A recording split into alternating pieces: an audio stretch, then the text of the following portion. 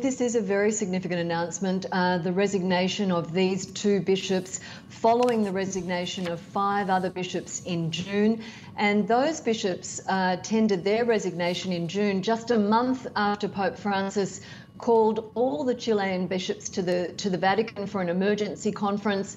And right after that, all of them tendered their resignation. Obviously, not all of them were accepted, but now we've seen 7 resignations go ahead.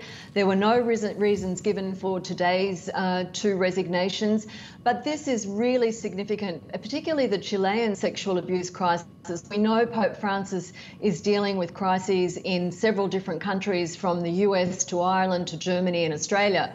But Chile has been particularly significant because Pope Francis went out of his way earlier in the year to downplay the allegations by abuse victims, questioning whether there was any truth in it, and later was forced to apologise and say that he had been misinformed and given the wrong information. He then went on to meet 3 victims from Chile at the Vatican, and one of those victims today, Juan Carlos Cruz, has already tweeted his response, saying this decision to accept the resignations today is bringing joy to everyone in Chile. And that gives you some indication of just how significant this crisis is, particularly in the Chilean Catholic Church. Now, as you pointed out there, the Pontiff is dealing with multiple cases of sex abuse scandals right across the globe. So how is this affecting his papacy?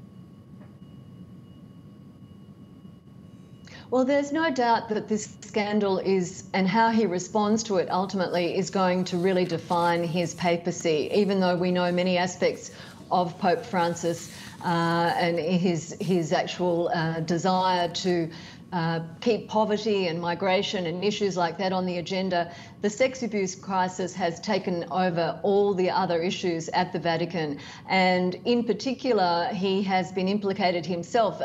Claims that we've had recently that he was complicit in the cover-up of allegations affecting the former Archbishop of Washington, Cardinal Theodore McCarrick, who was forced to resign in June. Pope Francis so far has not fully responded to those allegations. He's about to leave on an official trip tomorrow to Estonia, Lithuania and Latvia.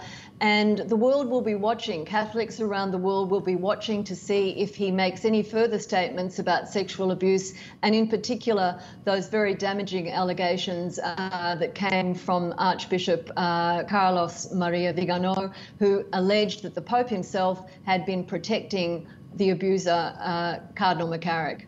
Josephine McKenna, thank you.